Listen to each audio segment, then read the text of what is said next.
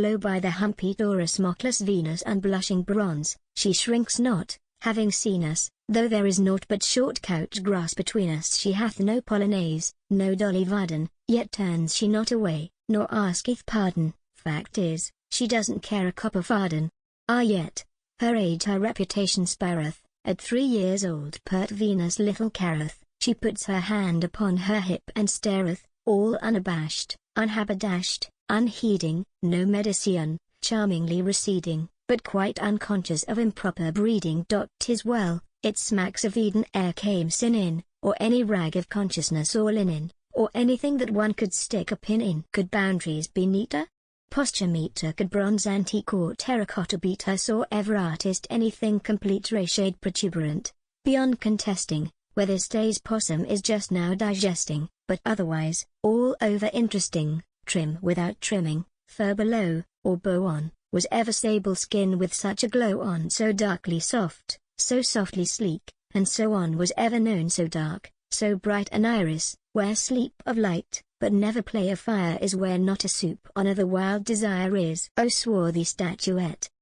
Hast thou no notion that life is fire and war and wild commotion, a burning bush, a chafed and raging ocean? Hast thou no questioning of what's before thee, of who shall envy thee, or who adore thee, or who's the jealous weapon that shall score thee? Hast thou no faint prevision of disaster, of dark abduction from thy lord and the master, of aliens fleeing, kindred following faster? No faint forehearing of the waddies banging, of club and helaman together clanging, washouts, and universal boomeranging? And thou the bone of all the fierce contention, the direful spring of broken nose dissension, nay Helen in the nigger apprehension? Nay, my black tulip, I congratulate thee, thou canst not guess the troubles that await thee, nor carest who shall love or who shall hate thee, recking as little of the human passions as of the very latest Paris fashions, and soaring not beyond thy daily rations. Die young, for mercy's sake. If thou grow older, thou shalt grow lean at calf and sharp at shoulder, and daily greedier and daily bolder, a pipe between thy savage grinders thrusting,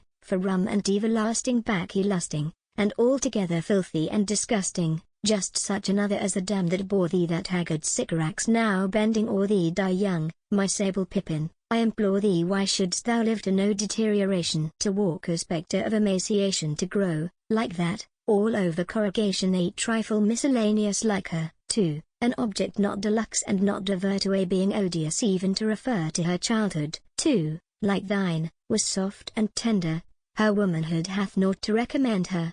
At 30 she is not of any gender, dusky fondling, let the warning teach thee through muddiest brain pulp, may the lesson reach thee. Oh, die of something fatal, I beseech thee, while yet thou wear'st the crown of morning graces, while yet the touch of dawn upon thy face is back, little nigger, to the night's embraces hope naught. Each year some new defect discloses, as sure as o'er thy mouth thy little nose is, thy only hope is in metempsychosis.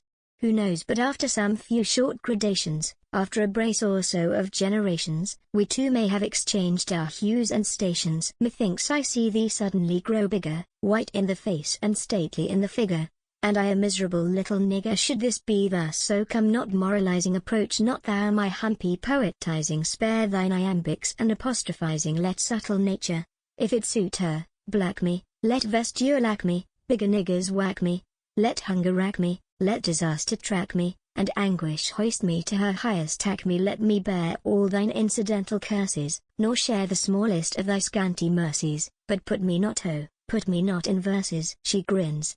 She heedeth not advice or warning, alike philosophy and triplets scorning. Adieu, then.